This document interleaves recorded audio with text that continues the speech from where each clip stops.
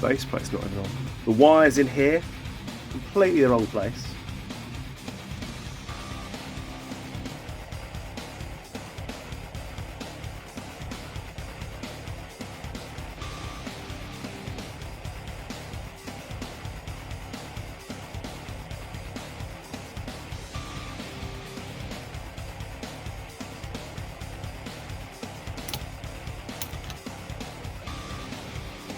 Fucking hell.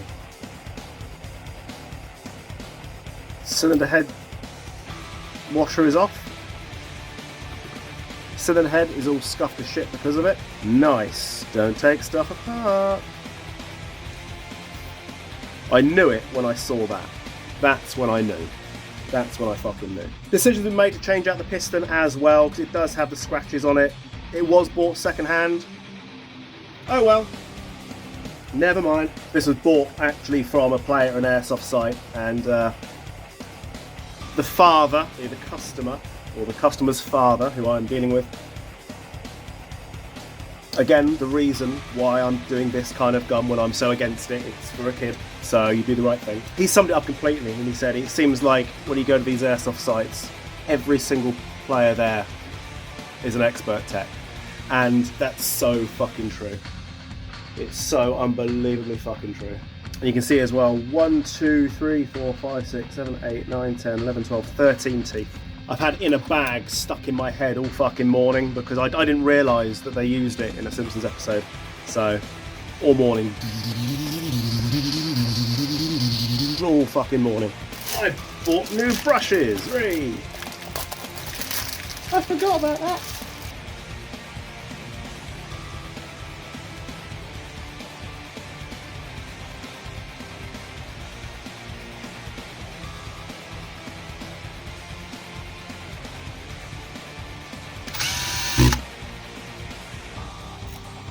Oh, my Campanist coming out. It doesn't often come out in my videos, but the Campanist does come out. Unfortunately, I am known for being very camp. Nothing I can do about it. Every so often, it just comes out.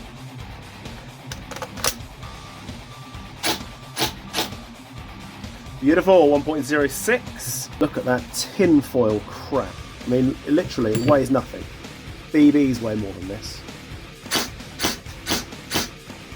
1.13. That's the difference a barrel can make. There we go. Done. Next. One ARP9. We know what they are. We recognise them. What I'd never seen before is an EPM mag for the ARP9. This guy is getting issues. So first thing I want to know, is it the mag? Because as you know, I really hate EPM1 mags. EPM mags, fine. Okay, 1.5 speed loaders of ammo. That's more than I'd normally do. Fucking hell. There's that.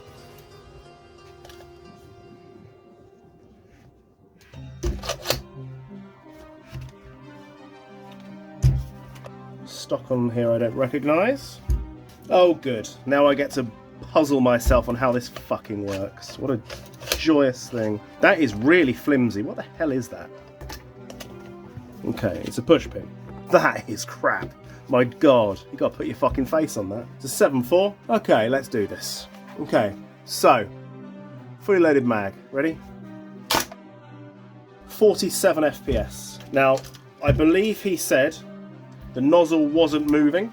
I know it's been worked on, but there'll be no warranty now because, as far as I'm aware, an Airsoft site took it apart to see if they could fix the guy's problem because it wasn't working. And it had a nozzle not moving. Well, this is an infuriating stock already.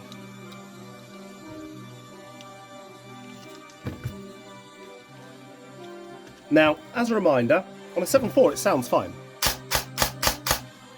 Okay, medium speed.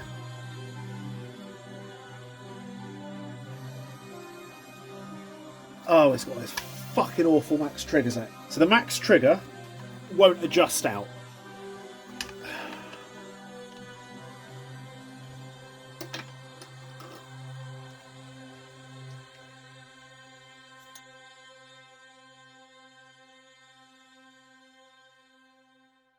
If you're going to do the max trigger, fucking do the mod, for Christ's sake. See what joys lay inside.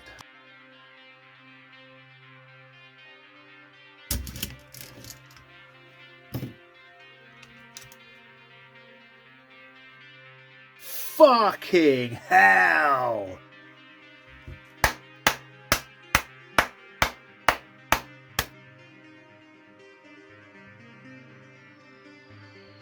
Oh look, there it is again. O-ring missing. Spring bent and snapped. Cylinder's fine. That's just fucked. Look at the fucking state of it. Let me clean that. What do you reckon? Good work, right? Unfucking believable. The gear is so high that it's scratching up the Titan. Look at that! Oh wow! Let's clean that off as well.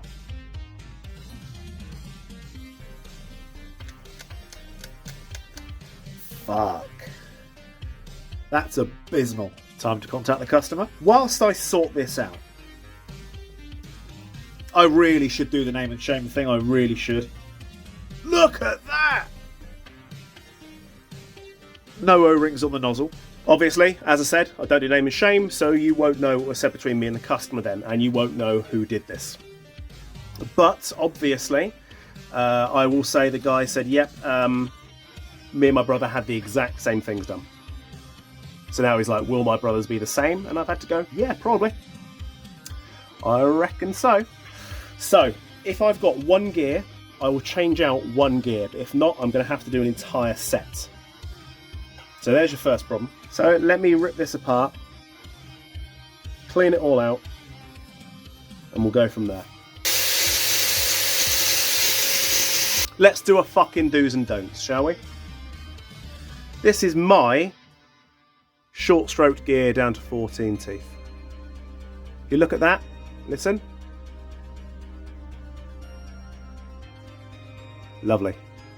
I haven't hit the other teeth, and it is perfectly round still. See that? Let's get around here, look at that. Perfectly round. This one. The teeth are clipped and banged.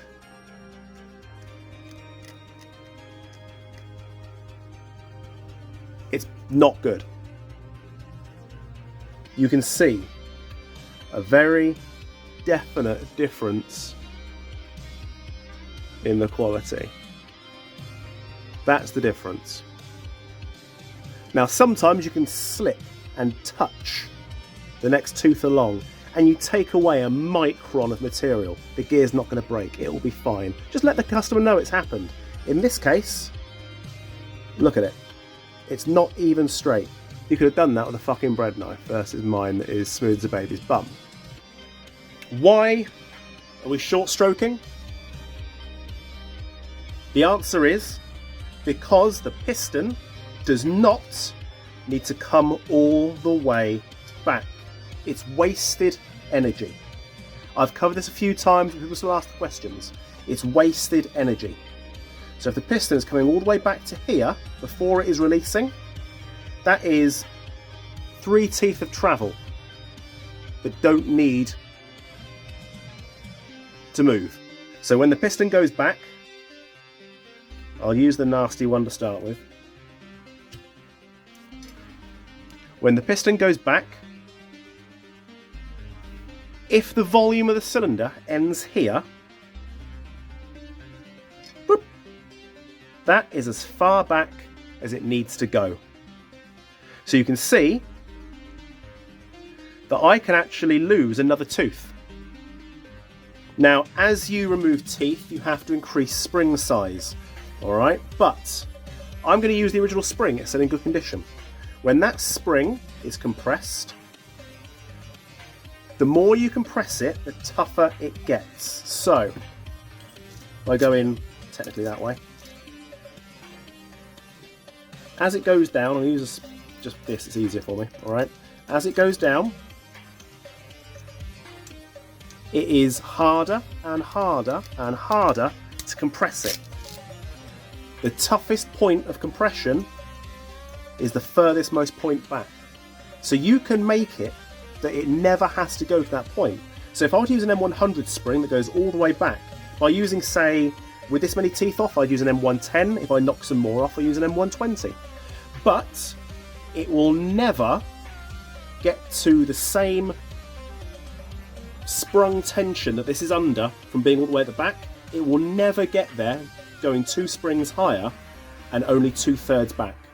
It won't get there. So your gun is unlikely to lock up because it's running and draining battery. It's unlikely to happen. That's one reason. Your battery will last longer. Your gears are under less tension. Your bearings and bushings are under less stress. Everything will last longer. Now, dependent on your barrel length, you may want to remove teeth from the pickup side. This is a short barrel, so we're going to be using teeth off of this side. I don't normally like going more than 2 teeth off of the pickup side. Now, if he's using a short barrel, and let's say 2 5s or 2 8s, that should be enough. But if he's using a longer barrel, you might want to take them off of the other side, because everything's turning at the same speed. You want to have as much volume going down as possible. Now, if you take teeth from the release side, as long as you are not going mental speed, you won't have any issues. Now, when people say I want to use a 7.4 battery, on a 7.4 on 13:1 gears with a Warhead 35k, which is fast, you are unlikely to get any mad power loss by removing from the release side. Now, depending on how many teeth you want to take off and what the volume of the cylinder is, you might find that perhaps you're using an AK. You can still take off 1 or 2 teeth if you're using 2 5s or 2 8s. If you want to use 3s, 3 2s, you want to remove less teeth or no teeth. And obviously, the big point of this is as these are turning over, the gear is turning, it takes the piston backwards. As it releases, if the piston has less to travel forward, the gear has more time to turn without PME. So, you pick up, it goes back, it releases, it gets to 0.0, it turns. Now, the tappet plate is doing its thing. The tappet plate is being pulled by that arm. So that will release forward, click, while that is still turning. But if you take too many teeth from the pickup side, you might find that that becomes problematic, which is why you then go 2 teeth from the front. If you need to go more, you do 2 teeth from the back. If you go too many teeth from the back, that will still be returning when the piston is still going forward, and that's when you get mad power drops. DSGs do it. Very high rate of fire guns do it. But that is why you ask the customer the question, do you want to use 11.1 or 7.4? Do you want an average overall nice rate of fire, nice trigger response? Do you want trigger response on semi is everything to me, but I will use a little bit of full auto? Do you want, I'm only going to use semi-auto? Or is it going to be, I want to use 11.1, I want high rate of fire? If you are offering a custom service, you can't just pump out the same thing over and over and over again. You need to know what the customer wants. That is why I try and build up a rapport with the customer, and I speak to them and we discuss what they want, what they need. Where are they going to play? What weight ammo do they want to use? Is there a chance they're going to use a full auto anytime? Do they need a really short barrel? Because again, with this gun, he was using it outside. He's still going to have some decent range, but he might not get the accuracy he wants over that range. So if he's going to use it outside, perhaps he might want to have a separate barrel and hot rubber made up so he can swap out. So in CQB, he can run this gearbox at maybe 0.85 joule and own CQB with a little gun, and then when he swaps out to a barrel that is longer, providing we are, because you can go to about here, You can have a barrel at least that long on that cylinder. To be honest, you know, with this cylinder here, you could go to nearly double the length with this cylinder, providing you're going to be using 2/8, 3s maybe. But it's all about that volume and how much volume is required to push the BB and what environment they want to use it in. That is the key thing. That is what is pivotal. If you don't ask the questions and rinse and repeat the same crap day in and day out, this is what happens. This is where you get. Do I do guns where I'm just removing teeth from the release side? Yes, I do. Yes, I do.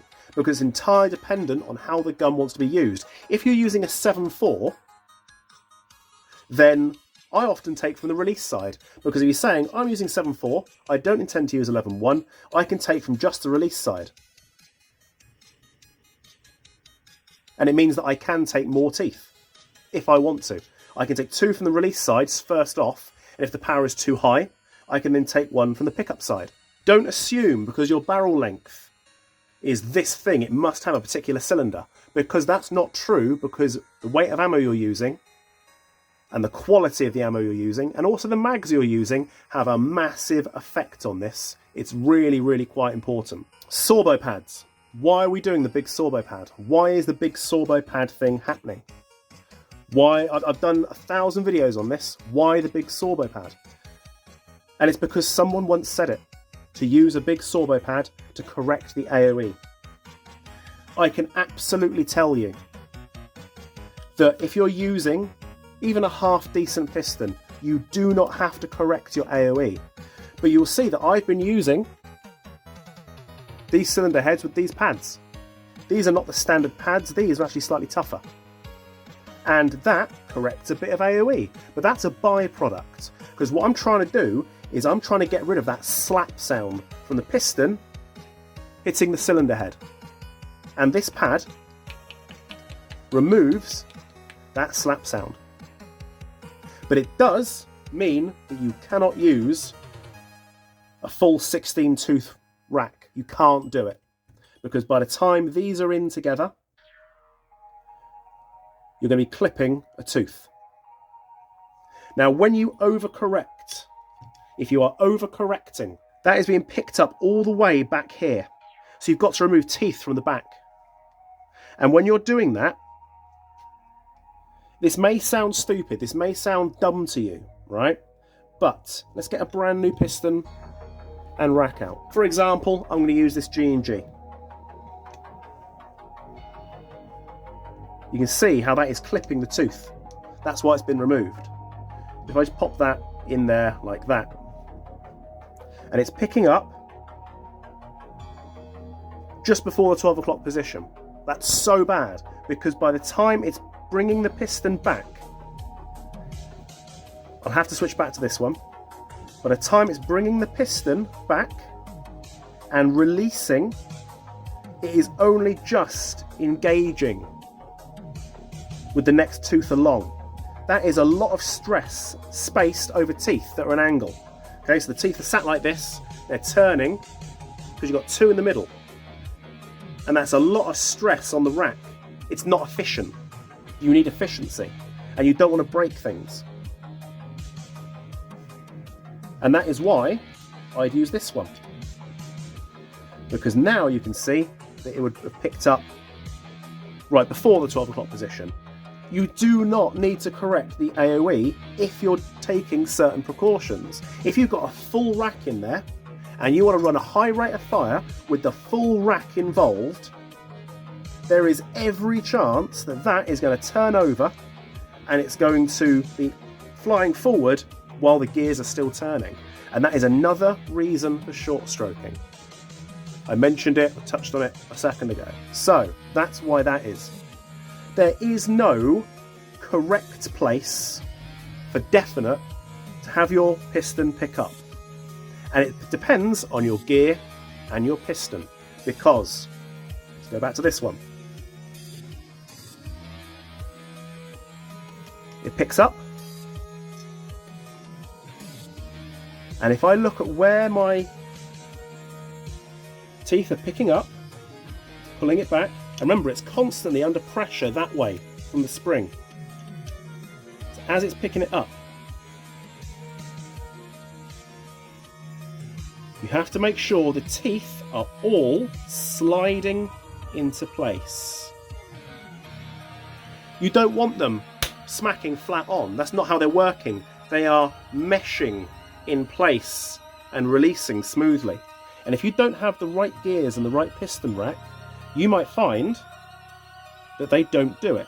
Okay? Here's an example. These are the racks that I take out of my pistons when I replace them, because I really trust the body of the pistons I use, but I really like the racks that I put in there. So these are the racks that come out. Picks up there. There it goes. It pulls it, it pulls it, it pulls it, it pulls it, and it's flawless. Right? Let's check another rack.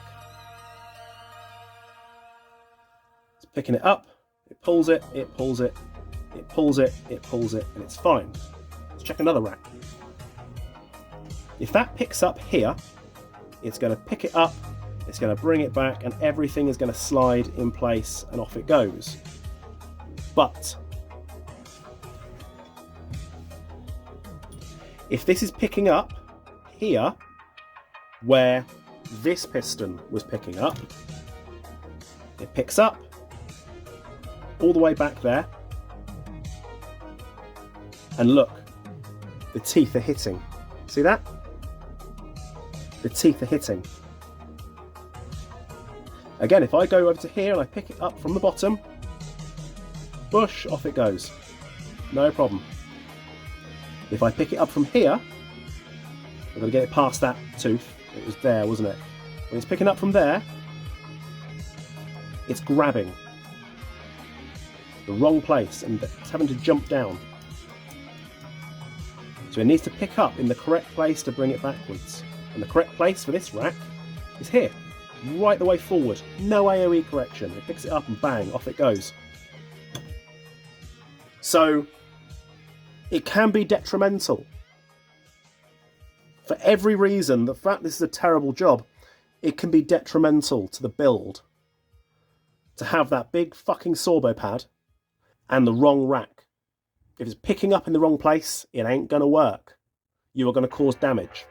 A lot of this stuff that you see people talking about and what you see people doing, a lot of it is entirely because they saw someone else do it. Now, I haven't had a grandmother for many years. And I laugh with my family about the things that old people used to say. Some people would laugh, you know, oh, my dad thought that when he was a teenager, the Y2K was going to happen and everything was going to shut down, ha ha ha, how funny. And you think back, yeah, that was a product of my time. I also was worried that Y2K would be a thing. Well, back in my grandmother's time, they did all kinds of shit. If you burn your hand on oil, put flour on it because it's cold. Now, anyone now would go, you're insulating the burn. That's fucking ridiculous. That's why they use batter when they fry fish. If you bang yourself and you get a bruise, what you do is you put some butter on it. That'll make it go away. Shining a buttercup underneath someone's chin to see if they like butter. All these things are hilarious because it's absolute nonsense. But it had to come from somewhere. I'm one of these people that doesn't believe in all this, you know, herbal medicine. I just think that it doesn't, you know. A wise man once said that there is a place for Chinese herbal medicine, and people have believed in it for centuries. But what happened was that the stuff that worked became medicine, and the stuff that didn't work gets sold over the counter by somebody at a fucking stand in a market, you know, and you can enjoy the benefits of having a badger's bollock or something like that. And you realise a lot of it is nonsense, but people believe it. So why are we using the Sorbo pads? Why are we overcorrecting? Why are we even correcting? So again, prime example, let's grab this one out. We'll use the same gear. That goes back, it grabs, there it goes. Oh, lovely. But as it gets to the front of the rack, It's pulling, everything's fine. Come on, do it again properly, Luke. It grabs it, it goes back, pulls it, and everything is fine. Have you noticed how sometimes you take your piston out and the rack is slightly bent? My racks are tough, so this is quite hard. And you notice it's slightly... Fuck it, that's easier. It's slightly bent like that, right? There it is, it's slightly bent. Why is it slightly bent? And it's simple. With no correction, it grabs it, it goes back. With some correction or overcorrection, as it's turning, because the teeth are not spaced perfectly for that piston, and at slow speed, it's perfectly fine. But when you start going at high speed, you realise it's actually out of sync. Try another one. Grab another random one, see what this one does. Let's do this one at a higher speed, right? So as I go back, it's perfectly fine at high speed. But as it starts to get to the front, you can see that it's just binding. Look where that's binding there. Even at the way at the forward, look, there is fine. It goes forward, it goes forward, it goes forward. There it is. You can see it's jumping out of place because the teeth are not in the perfect place for your gear at speed. Slowly testing, no problem at all. At speed, when this is really pumping them out, that is why you often get towards the back of the rack. Sometimes the piston is moving up and down like this inside the gearbox. Sometimes it's not moving up and down. Obviously, as it gets grabbed, it might bounce it up very slightly. If you've got the gap in the runner here is slightly too big, it might push it up in the air, but only by a tiny bit. Sometimes it does that, sometimes it doesn't. So when you're biting into it at speed, it's slowly splaying the teeth apart because they're not actually as meshed up as you think. And you overcorrect, and you saw it there, you saw it right there. Even at slow, it goes in, it bites, it goes back, and it just tried to bite this tooth very slightly early.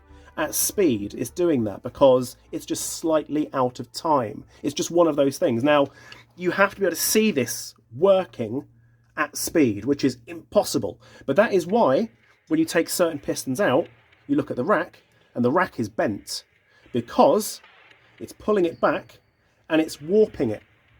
It's pulling it in a way it doesn't want to go, and it's bending because that's not going to bend. That has more chance of bending, so that's what's going to go, and it bends up in the air. And that's why you take your piston out and you find your rack is bent like a fucking smiley face. Because the teeth are perfect if they're picked up here and it slides. But if it is not picked up there and it's picked up back here, it's grabbing at the wrong place and it's just bending everything out of place. And you'd never know. You'd never know. And sometimes that's why you see you've got damage here. And they go, well, that's PME. And it's not always PME. PME is not going to affect you here. If you've got worn teeth here, that is not PME, because as the piston is being released and going forward, that is the first thing to go forward. It can't catch here, it's going to catch back here. PME happens back here. You're getting it here. That is because it's slightly out of time because of correction and or overcorrection and or the gears you're using and or the rack and or the battery. And these are all things you've got to take into consideration with every single build and why you test absolutely everything. And you make sure that the parts you're putting in are going to be fine for that build. And a lot of builds, people want the same thing. I want really snappy semi-auto, but I won't use full auto, but you know they're going to. Anyone else to go, well, fuck it, that's their own fault. If they break it, it's tough shit. I don't want that. It's bad for my reputation, and I feel like a cunt. So I ask the questions. Again, why are we short stroking? Well, because if the teeth are letting go here, there is less chance of the teeth grabbing here. It will help with that PME. But if it's happening back here, it's because you've normally overcorrected and or blah, blah, blah, blah, blah. That shit I just said. See, this is a classic example of not having the right rack for the right gears. This rack would have been fine in an 18-to-1 set. In a 13 or 12-to-1 set, no. Wrong. Didn't like it. Because it's been grabbed and pulled back, although everything is perfect, everything is lining up lovely. At speed, it's just grabbing it and sliding it, and they're catching. That will continue to run like that, probably indefinitely, because once it's worn away the edge, it can't do any more damage, it can't grab. The solution could be, as you can see at the back here, removing part of the tooth at the back, so it's not in the way. Sometimes the piston will be resting on the body, or the radius, the internal, I don't know what the fuck, that bit there, I guess, of the sector gear. It's rubbing on that. It's rubbing on it. You don't want that, so you have to remove some material. And these are all things that can happen. There's so many things that can happen, but people only parrot what they've seen before. It's like when someone who's now in their fucking 50s, they say, oh, I've got some trivia for you. Which band has the best guitarist? Who's the best guitarist? And people of the age of 50 or 60 will say Brian May. And he's a perfectly good guitarist. He's absolutely nowhere near the best guitarist. But because the only guitarist he knows, as far as he's concerned, it's the best. So if the only information you have is that you have to put a fucking Sorbo in, and you have to correct the AOE, if that's the only information you've got, that's the only information you're going to pass out. And because very few people do the thorough testing that I and other techs do to find out why this and why that, we spend a lot of time breaking things to see why. Because if we don't, we'll never know. So that's what we do. We test, we break. And that's part of our job. You know, we might bring in this much money for doing a job, and you go, cool, that's a nice payday. But we have to spend that money then. You know, the other day I had to rip out a brand new Warhead motor to see if it worked with the Golden Eagle M4s, because they've got a gearbox system similar to the Aries Amoeba and Honey Badger and all that shit, and the APS Silverline. They got a little magnet in the gear, and I found that it just did not like Warhead motors. Just didn't like it. The little computers went, no, I don't like it. I don't know which computer was arguing the most and won the battle, but one of them did, and it just wasn't very nice when it fired. You know, it would always double tap in semi. Even on 7.4, it would double tap on semi. But as soon as I put in a much higher fucking speed motor, it was brushed perfectly fine. Didn't do it. If I don't test that, I don't know. I can't give that motor to somebody else now. Even if I replace the ESC, you know, I still can't give that to somebody else. It's a used thing. You know, I could give it out at a discount rate, and there's no point fucking doing it when I can actually test it in something else. So you waste money testing. And a lot of people don't do that. They just buy the stuff, I've got 3 jobs coming up, I'll buy 3 pistons, you know? Well, I buy fucking hundreds of pistons at a time, and I have to get different types, and now I know which piston bodies I like, and which racks I like. But sometimes even I get that wrong. And after 3 or 4 weeks of use, somebody goes, that sounds a bit weird. And I take it apart, and there's some rubbing like that, and I go, well, fuck me.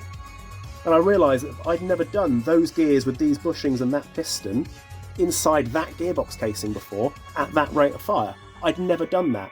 And I've now learnt something, so I make a little note on my list. Don't put these things together. Sorry about that, mate. It's all fixed for you. Off you go. That's what you do. You don't just rinse and repeat the same fucking task over and over and over again, because you are not going to learn anything new, and you are literally teaching people bad ethics. So, fuck Sorbo pads. I've said it so many times. Fuck Sorbo pads. It's incorrect. It's not the right way of doing it. It's not the right way of doing it. Short stroking. Do it how you feel is best. But do lots of testing. But most people are not going to buy fucking 7 sets of gears and 7 pistons to try as many different ways of doing things. They just want their gun to work, and if it works now, fuck it. Yeah, I did it. It was really easy. I've never had a problem. Good for you, mate. Good for you. I don't live in that world. I'm a fucking realist. And don't forget, that applies to everything in this world. It actually applies to everything. Not just Airsoft, but everything. I do not like the term, well, you know, I have to agree to disagree. No, because both people with different opinions cannot possibly both be right or both be wrong. If there is a right or wrong answer, and you say one thing and they say another thing, and there's only a right and wrong answer, there cannot be an agree to disagree. Because one of you is fucking wrong. I want a coffee. I've widened out the hole at the bottom. The front, elongated, I guess is correct. Look at how much easier that is. My God. The little things. I'll just force that through there.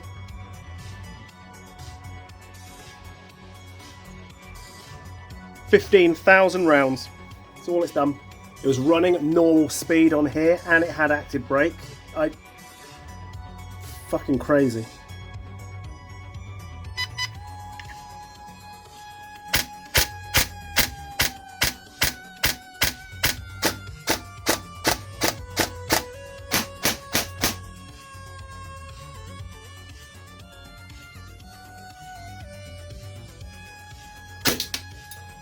Oh, that is lovely. Fucking lovely. 1.01 joule, baby. And there it is.